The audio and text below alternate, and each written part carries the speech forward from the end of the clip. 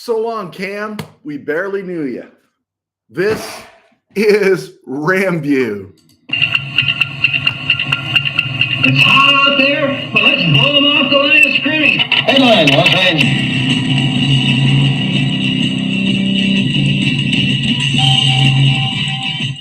Live from the Ram Cave, I'm Joe Terosian, and this is RamView, the September 20th, 2023 edition, brought to you by Kistler Law Firm. Injured in an auto accident? Need help? Got questions? Call Kistler Law at 661-206-6990. That's Kistler Law at 661-206-6990. And check out KistlerLawFirm.com. That's one word, KistlerLawFirm.com. Kistler Law, they've been fighting for you since 92. And by Temple City Auto Repair.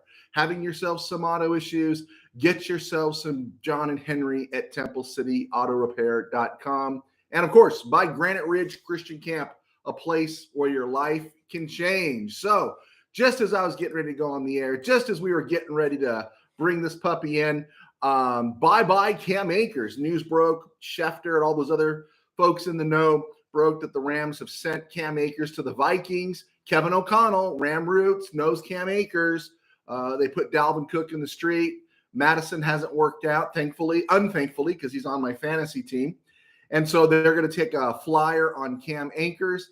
And the deal is basically at this point, the swapping of some late round picks in 2026. So, in 2026, if the Vikings are picking, 100 or 230th overall, and the Rams are picking 250th, the Rams get the 230th pick, something along those lines. I also marvel that that's Cam Akers' value right now in the NFL, which, again, makes no sense. He's so fortunate to be getting a shot because literally probably a 7th round pick, maybe a 6th round pick in 2026. We're not even in 2024 yet, 2025, but 2026. That isn't much value there. So he's fortunate enough to get a job. He didn't really read the room well. I don't know who's counseling the kid, but his best opportunity was with the Rams. I liked Cam Akers. I was hoping that he would take advantage of this opportunity. I was hoping he'd get 300 carries this year. He was interesting because he was that cool story. He came back. He ran very well late in the 2020 season in that little bit of that mini playoff run. Rams were relying on him quite a bit that rookie year in the game that we won in Seattle, and then, of course, the playoff game in Green Bay. And then, he popped his Achilles and came back Super Bowl year, which was a big deal. He played, he contributed. He got his ring. He played part there with Darrell Henderson in 2021. And then last year, whatever it was, he didn't like sharing the ball. Whatever it was, he didn't like what he was getting. Whatever it was, he didn't like what he was being told. He became kind of a bad citizen, bad enough to where the Rams wouldn't dress him out, tried to move him. Nobody wanted him. And then he repeats the same thing again this year, which don't get it. Just don't get it. But you know what? We don't get it. And Cam got it. He got what he wanted. He's gone.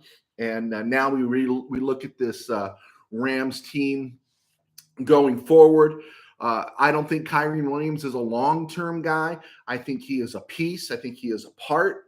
I think you're going to see Ronnie Rivers get some kicks, get some carries, maybe Royce Freeman.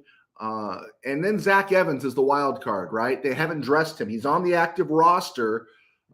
They haven't dressed him, though. And it'll be interesting to see if this is the week he gets some snaps and they try to work him into the lineup. He is a upper-level talent. And I'm not going to say first round, but he should have been a second or third round. But he had issues bouncing around before ending up at Ole Miss, and then the Rams taking him late in the game. So late in the draft game, so to speak. There we go. 6th round, I think it was. And so keep an eye on him. I hate to see a move for Jonathan Taylor or anybody else right now. Kareem Hunt is off the market. He signed with the Browns after that Nick Chubb injury, and we'll get into that. But right now it's Kyren Williams. Let's hope he stays healthy, something he couldn't do last year. We'll see if Ronnie Rivers can be somewhat productive. And then we're going to find out about Zach Evans and maybe if Royce Freeman still has anything left into the tank. So that's to open the show. That wasn't even my original piece there. I want to thank everybody for clicking on and giving me some likes and everything. Thank you so much too, because our numbers keep popping up. Subscriptions have gone up, hits and views have gone up. So I want to thank you for clicking on. You can tell your friends that we talk Ram football here, and I would appreciate it as we keep climbing. Here's the thing that's funny, though, is now everybody believes, right? One of the things that came out of Monday, I did Monday's show, and then I had a disaster with my computer. I got my computer back. Everything looks a little more normal right now. And now everyone's a believer in the Rams, right?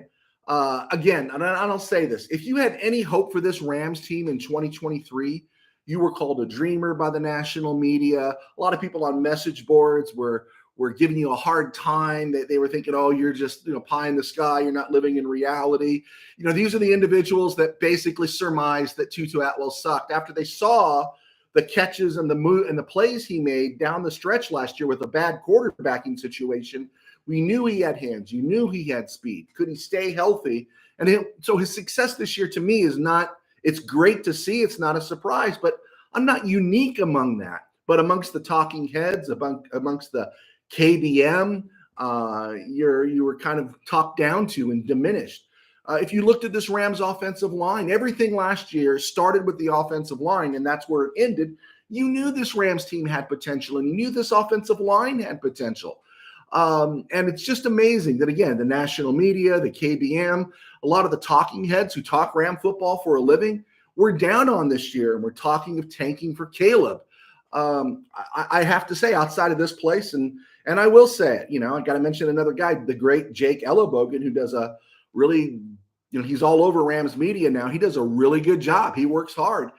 He was about the only other one. I know maybe there are a few others, but between myself and Ellenbogen, I didn't hear much talk about the Rams possibly winning 9 games this year, or even 10 if there was some good fortune.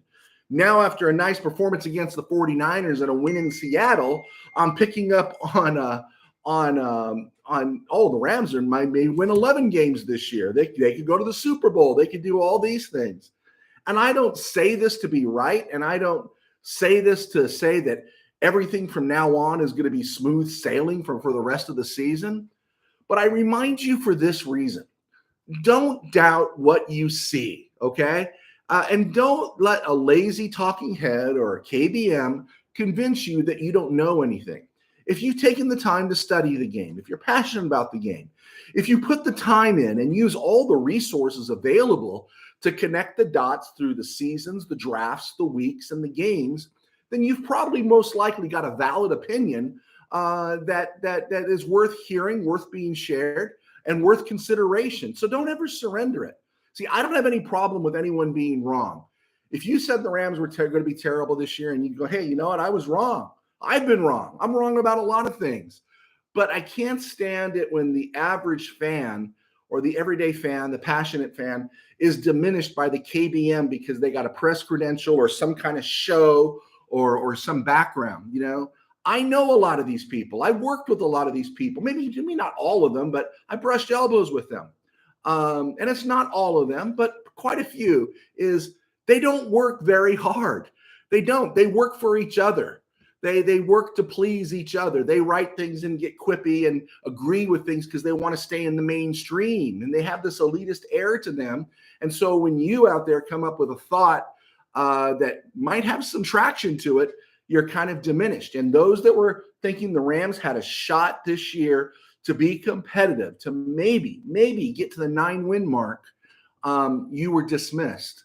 And now all those folks are trying to get back on the bandwagon. So always hold to your guns and what you believe about your team if you've put the time in to your team. All right. I noticed some folks are watching this live again. Thank you for clicking on to RamView. If you want to leave a comment, I'll try to get to the questions you ask. I see my board better today than I did on Monday when I was working off my laptop. NFL news, Patrick Mahomes contract, right?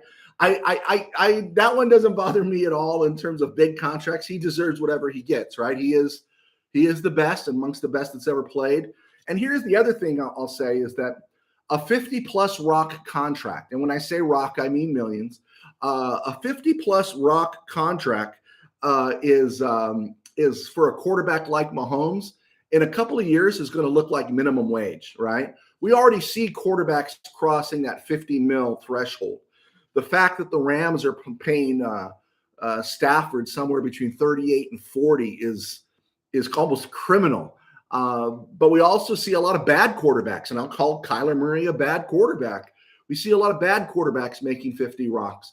Mahomes' contract's not out of line. In fact, like I said, it's going to look like minimum wage. And it's all about making it work under the salary cap.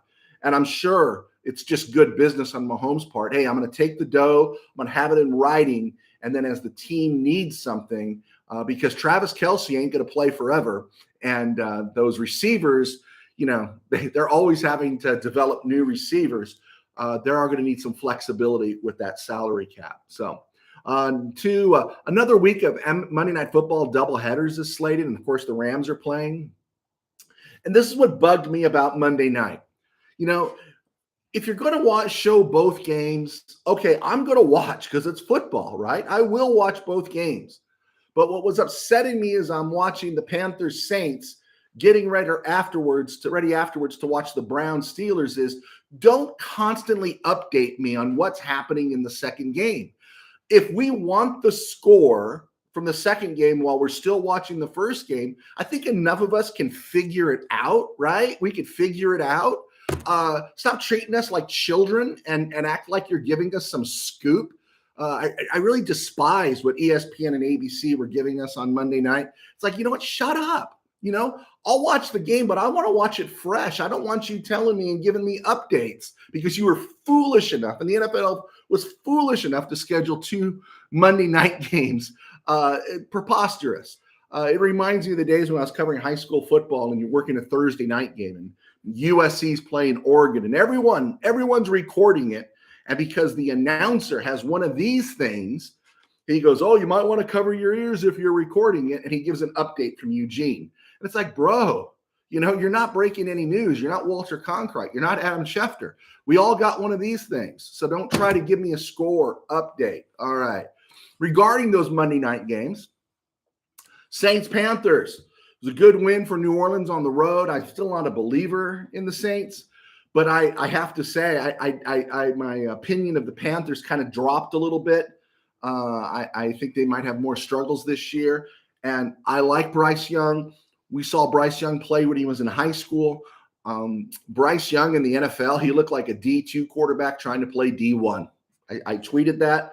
I'm not slamming the kid, but he looked overmatched to me. That's just me. I hope it gets better, and we'll see. Browns-Steelers wasn't pretty. I know Steeler fan Rob in Missouri was stressing the whole time.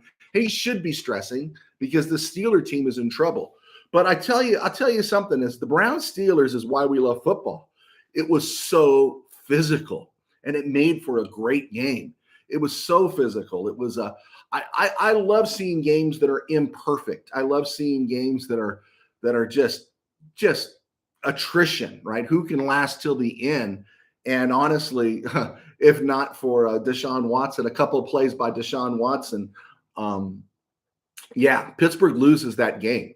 And Pittsburgh better make some adjustments. And if that means moving their OC out, doing something different, they look awful. And they've got a lot of talent on that offense, and they look awful. And it's affecting Kenny Pickett. Pickett looked really great at the end of last year, but he's looked terrible this season. And if you don't got a trigger man, and if you can't get the ball to your playmakers, you got problems. And you're going to lose to a Deshaun Watson who really looks like he's past his prime. He's still an NFL quarterback, but boy, that doesn't look like Deshaun Watson did back in 2019, does it? And that's a whole other story.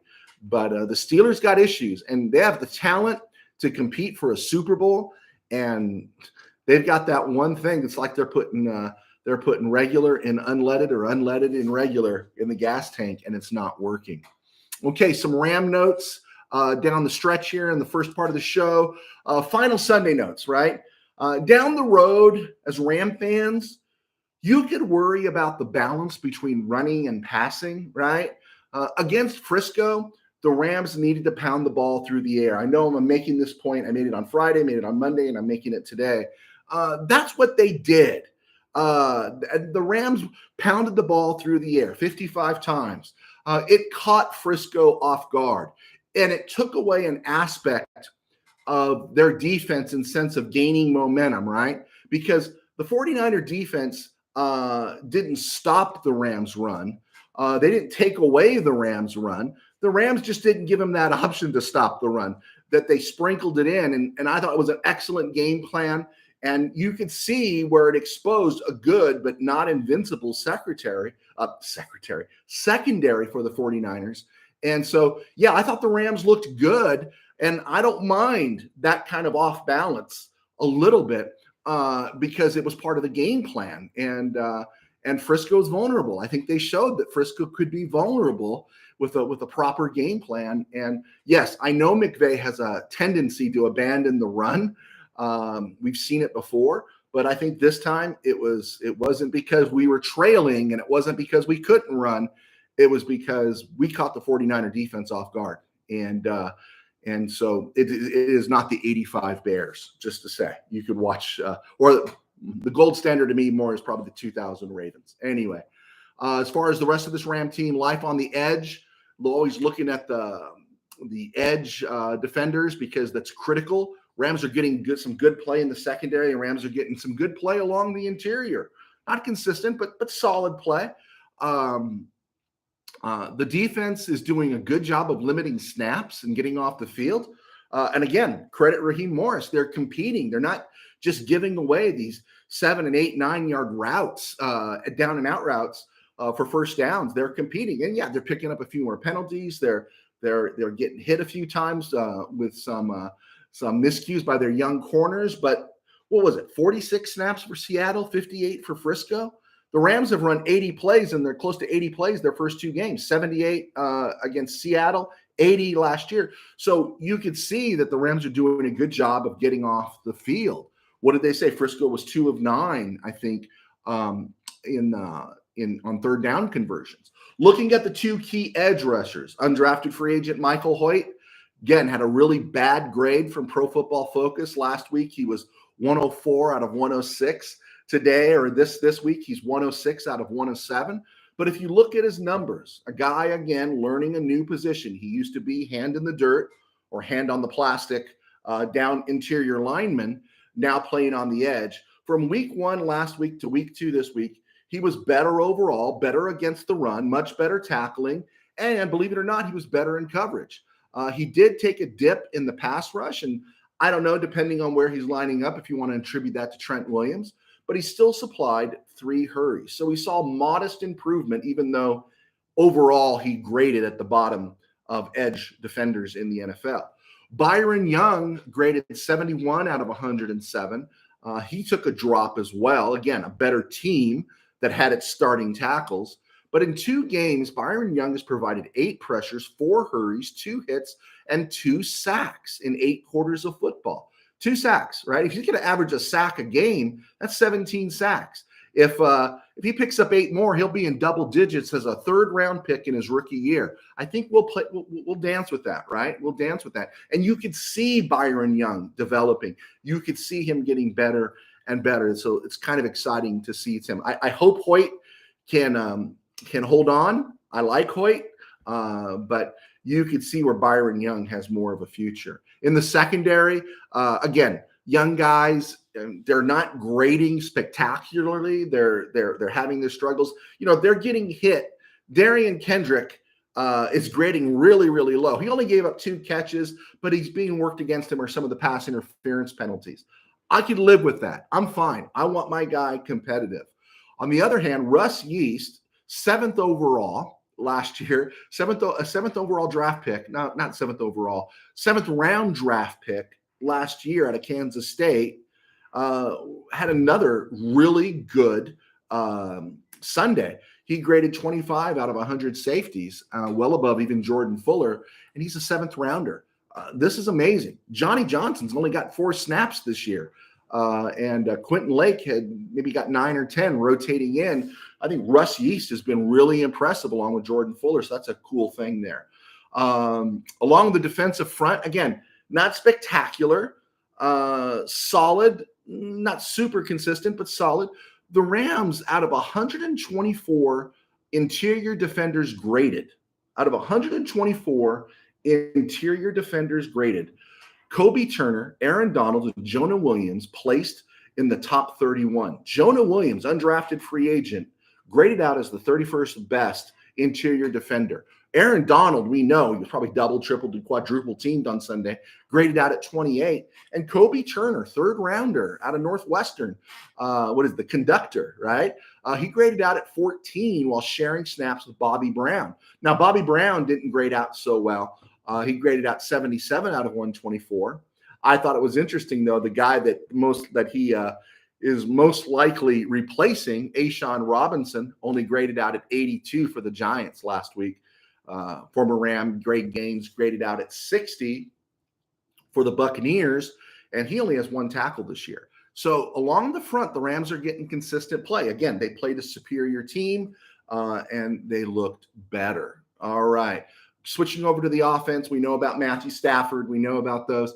I thought it was interesting, again, looking at the grades, because where we were at the start of the year, man, Cooper Kupp's got to play. Well, Cooper Kupp hasn't played. Well, then Van Jefferson is going to step up. Well, no, Van Jefferson has not stepped up. Out of 113 receivers graded, Puka Nacua comes in at 5. Tutu Atwell comes in at 16. That is absolutely amazing. Tyler Higbee's been less than average in terms of catching the ball at tight end. And so he's gotten a lot of clicks. Matthew Stafford's gotten a lot of clicks out of Nacua and Atwell. I know some people were saying, this is the amazing thing. People were complaining that he's focused too much on Nacua and Atwell. But where were they when all he was doing was throwing to Cooper Kupp, right? And it's exciting to think of what this offense, again, everyone's talking about it now, what Nacua, Atwell, and a returning Cooper Kupp can do for this offense. Looking at the offensive line, I think it's a complete misread. Tim Burns, thank you for clicking on. Rob Sorge, yes, your defense won. He's the Steeler fan. And Tim, I'll answer your question just as soon as we get to the commercial break. I think it's a complete misread to say the offensive line started to struggle when Noteboom went out. Noteboom played 37 snaps. Tremaine Ankrum played 43 at right guard. And it was the 49ers' lone sack after Ankrum came in the game. It came on a blitz by Fred Warner, which was an interesting thing because Fred Warner doesn't rack up a lot of sacks. He's the off-ball linebacker, and he's a great player. Not saying he's not a great player, but with their front line, what they've invested in Javion Hargrave, what they have in Eric Armstead, what they have in Nick Bosa. I would get the Bosas always confused. What they have in Nick Bosa, they don't have to blitz, but Sunday they had to do something. And when they did blitz, there was a communication lapse somewhere in there. Even McVay said that. So you can't necessarily say that the offensive line started to fall apart when Noteboom went out. And thank goodness it's just a bruised shoulder. He's expected to play Monday in Cincy and extra day's rest. So that's good news too. But this offensive line's been playing solid, even though the grades sometimes don't look like it. I did look at Stafford's passing, and as it correlates with the offensive line, Stafford has dropped back 99 times this year to throw the ball. He's getting close to 3 seconds to throw. They're timing him at 2.58. That's marvelous compared to where he was a year ago. 3 seconds for a quarterback like Stafford is not an eternity, but it's pretty doggone good. So in 99 dropbacks, he's been pressured 31 times, and he's only been sacked once.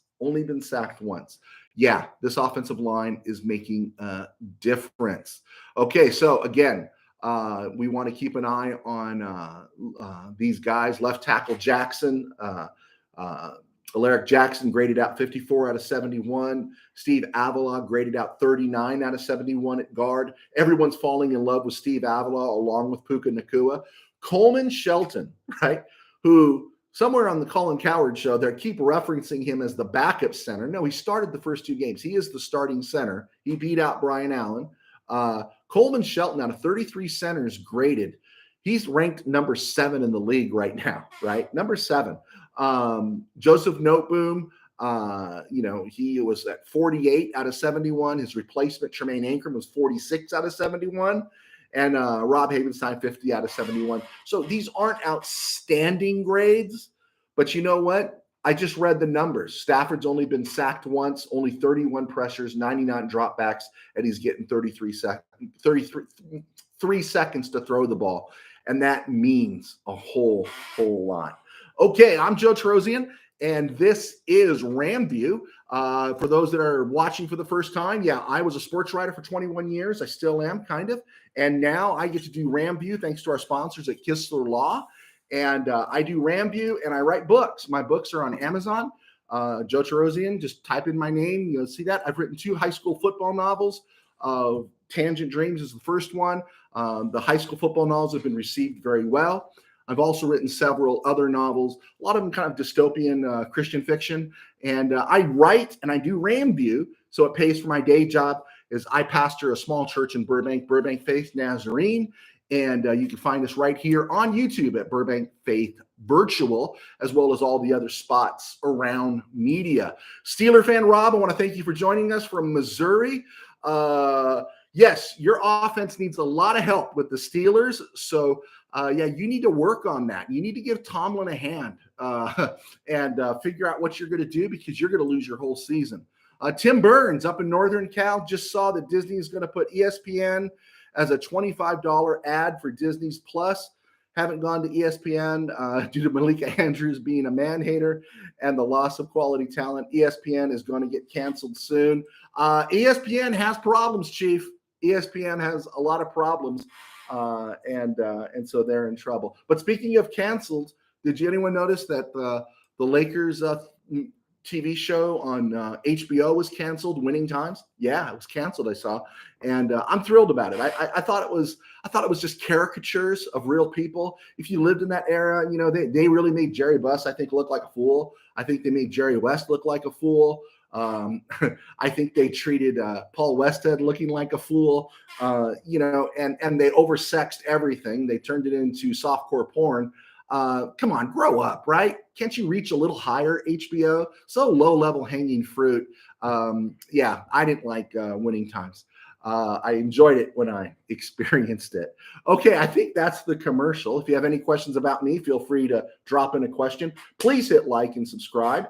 And please tell your friends that we do talk Ram football here at RamView 3 days a week, Monday, Wednesday, Friday. And you could also find us on Spotify. Our Spotify footprint's not very big, so we could use the help on Spotify. If you could check us out over there, we would be grateful. College football top 10, based on what I've seen. This is just based on what I've seen. I haven't seen all the teams. I'm just going by what I've seen. I got USC number 1 because I believe in Caleb. I got Texas 2. I got Washington 3 because I like Michael Penix. I got Notre Dame because they're a good story with Sam Hartman. Right now, I'm leaving Florida State at number 5, but I'm not in love with Florida State. I don't think their quarterback's all that special. I got Utah at number 6 because I like the Utes. Alabama is a gift at number 7, and they're finally going back to Milroe, who should be their guy all along. He's a sophomore. Let him have growing pains and let him develop. You don't have to have a first-round quarterback every year. I don't understand why Saban was even playing that game. Colorado, right? The Colorado Rocky Mountain Prime, right? The Buffs are raining fire in the sky, and you can attribute it all to Dion because he's the reason why. Colorado Rocky Mountain Prime. They are fun to watch.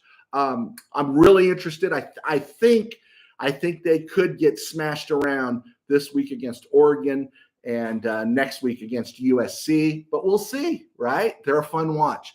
LSU, just because I've seen them. Washington State, because they're a fun to watch. I like Ward, their quarterback. No, so far I haven't seen Georgia, Michigan, Ohio State, Penn State, or Oregon. But I'll tell you, the highlights I've seen of Georgia, Michigan, Penn State, Ohio State, and Oregon, not so much Oregon, but those big 4 that I just mentioned, Penn State, Ohio State, Michigan, and Georgia. Those groups are vulnerable. They're vulnerable. I see Georgia and Michigan at the top ahead of USC, and I don't think they're that great. I think they are definitely beatable. All right. Good, Tim Burns. I'm glad you didn't watch one episode. Magic is my favorite all-time player as well. Rams news, they signed undrafted free agent Corey Durden. He was from North Carolina. He was in camp with the Lions. He was cut. Rams signed him. Punter Brandon Wright, the undrafted free agent out of Georgia State, they signed last week. They put him to the curb. Durden was added to the practice squad. Former Rams in the news. The Jets released Tanzel Smart, right? He was there back in 2018. Tanzel Smart was released from the practice squad. He'd had a couple years with the Jets, and he's gone now. Seahawks released cornerback Robert Rochelle, and Rochelle has signed with the Carolina Panthers to their practice squad. Several Rams have made the massive finalist list for the Hall of Fame, but I'm going to give you 3 names that I think should be automatics, and I don't think they should need any special stop, pass, go, collect $200. They shouldn't have to wait in line. Torrey Holt, Steven Jackson, and London Fletcher, even though the bulk of his career was spent in Buffalo and Washington. This guy never missed a game. London Fletcher was fantastic, a victim of bad decisions by the Rams. In fact, we were just talking about London Fletcher in the Ram Cave on Sunday. Love London Fletcher, Steven Jackson, Torrey Holt. They should all be in the Hall of Fame. All right, looking at week 3, Giants play the 49ers manana. And without Saquon Barkley, we'll see. I hope the Giants can just do some physical roughing up of the 49ers, right? It's week 3. It's about time. It's usually the time of the year and one of their players goes down. It just always seems to happen. On Sunday, the Colts are at the Ravens, and I'll say this about the Ravens. The Ravens, who have they beaten? They've beaten the Texans, right? And who did they beat last week? I'm even forgetting who they beat last week. They won, was it 27-24? I don't know. The Ravens just don't overwhelm me too much. I think people are getting too excited about them too soon. Titans, Browns. I got to go with the Browns. Falcons, Lions. Lions really disappointed me. Saints, Packers. I'm leading Saints even in Green Bay. Texans, Jaguars. Jaguars need to sharpen things up and take care of business. Broncos, Dolphins is really interesting to me. I think the Broncos are going to be feeling some desperation. And the Dolphins are maybe just a little too much too soon. Time to heed the words of the wolf. The Bolts against the Vikings. 2 0-2 teams.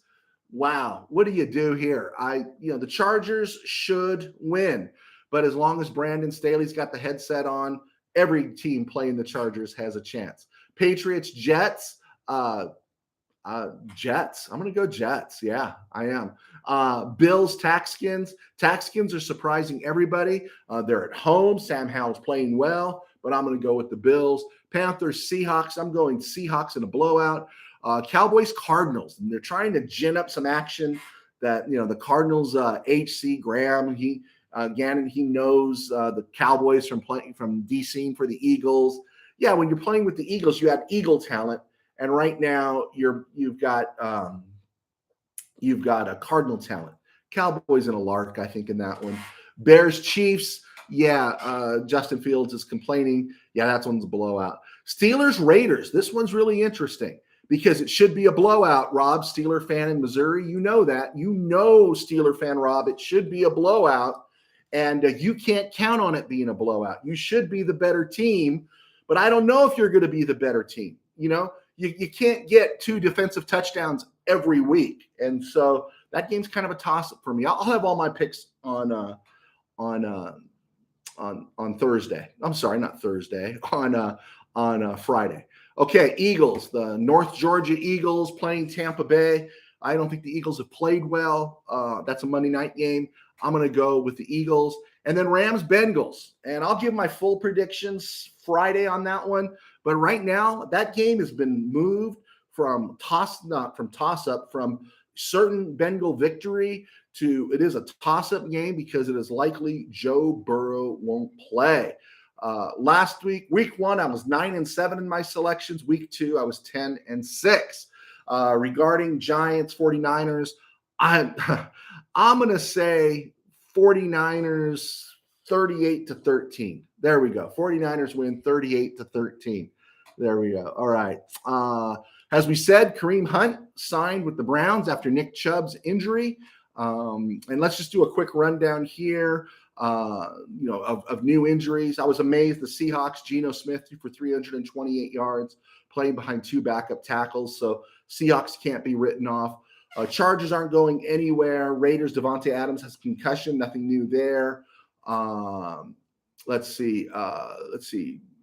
No, nothing there. Cowboys defense, yes. Offense, I'm not sold. Giants, Saquon Barkley out for 3 weeks. Eagles lost Avonte Maddox and Jacoby Dean. Both are on the IR. 2 weeks in, and they're referencing the Dolphins as the greatest show on turf and likening their head coach to Bill Walsh. Can we just heed the words of the wolf on this and just not get so excited? Jets, forget Zach Wilson. My question is, why was the defense so bad against Dallas? That's supposed to be their forte, and they weren't very good at all. Bills win, and Josh Allen's cool again. Patriots, about the only thing that gets me excited about seeing the Patriots these days is Christian Gonzalez. They've released Ian Book, Notre Dame, Matt Corral, Ole Miss. Those guys are back on the street. Tampa Bay's 2-0. They should enjoy it while they can. Falcons, why can't they get the ball to Kyle Pitts? Bryce Young has a sore ankle. I know this may sound ridiculous, but does any of you think that maybe Carolina may be looking at another quarterback next April? Because I don't know. I was curious about Bryce Young's size at the start of the season, and then I saw him on Monday, and I thought he looked overwhelmed. And that was the Saints defense, and it's a good defense. It ain't Frisco, it ain't Philly, or it ain't Dallas either. So interesting. Everyone loves Anthony Richardson. I said this on Monday, but you've noticed he started 2 games in the NFL, and he's yet to finish a game. Knee, week 1.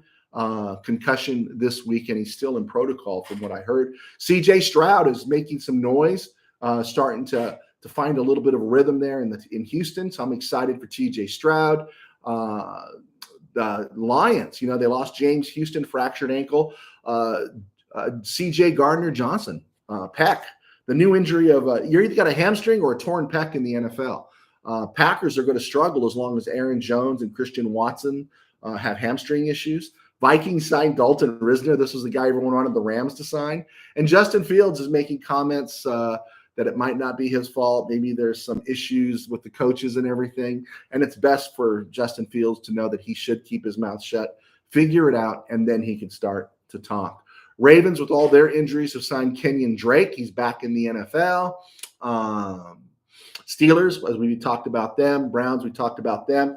Joe Burrow, not healthy, Cincy. And that means Cincy is not good. Okay, as we come to the back half of the show, Ocean Pacific, thank you so much for clicking on and joining us right now. On this date, September 20th in 2017, former Ram and actor Bernie Casey passed away on this date at the age of 78 of a stroke.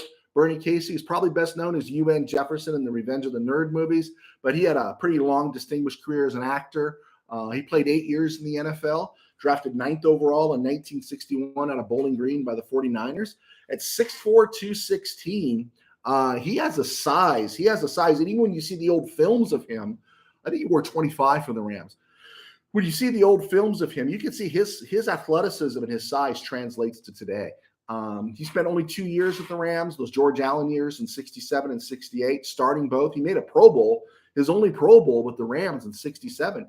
Catching 53 passes and 8 touchdowns from Roman Gabriel. He finished his career in the 1960s in the NFL, not AFL, NFL, where it was still 3 yards in a cloud of dust. Bernie Casey had 359 catches, 5,000 yards, 40 touchdowns, and averaged 15.2 yards a reception. He had a heck of a career. It's a good thing to remember Bernie Casey. Closing this episode down, thinking of week 3, and the Rams and Cincy. Of course, we got the Super Bowl win over them. You realize the Rams haven't won in Cincinnati since 1999 when they smoked the Bengals 38-10.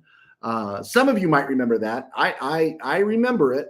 Zahir Hakim caught 3 passes that day. for 78 yards, and all 3 of them were touchdowns from Kurt Warner. And he also returned a punt, 84 yards for a touchdown in that win. Really underrated Ram. We lost him after his 4th year to free agency to Detroit, but he played 9 years in the NFL, 4 with the Rams. And those years with the Rams, with Torrey Holt and Isaac Bruce, Marshall Faulk, he caught 148 passes, scored 16 touchdowns. In his career, he caught 316 passes, 28 for touchdowns. He came out of San Diego State, a real kind of like a meteor across the sky for the Rams. Bengals lead the series between the Rams and with the Rams 8-7. They haven't beaten the Rams since 2015. And of course, the Rams got the one that counted. They got the one in 2021, 2022, winning the Super Bowl. Interesting enough, the Bengals beat the Rams in Cincy in 1976. Saw this game, 20-12. Rams had 4 turnovers. Coy Bacon was in the midst of one of his career year, 21.5 sacks for Cincy that year. And then the Bengals also beat the Rams in LA in 1978, 20-19 on a late Chris Barr field goal that proved to be the game winner. The interesting thing there is both of those games were on Monday night. Those are the last times the Rams played the Bengals on Monday night. The Rams are 0-2 against the Bengals on Monday night. Hopefully that can change this week. And both those years, the Bengals missed the playoffs in 76 and 78. And both those years in 76 and 78, the Rams made the NFC title game. So there was a stone groove, my man. It was a stone groove to be with you guys today. Thank you so much for clicking on. And again, folks, please hit like, subscribe, follow us also on what is that thing? Spotify. God bless. Send your questions in. Happy to talk Ram football, and we will go from there. We will be back Friday, and that's it. Go Rams. Kyrie, stay healthy, and we will see you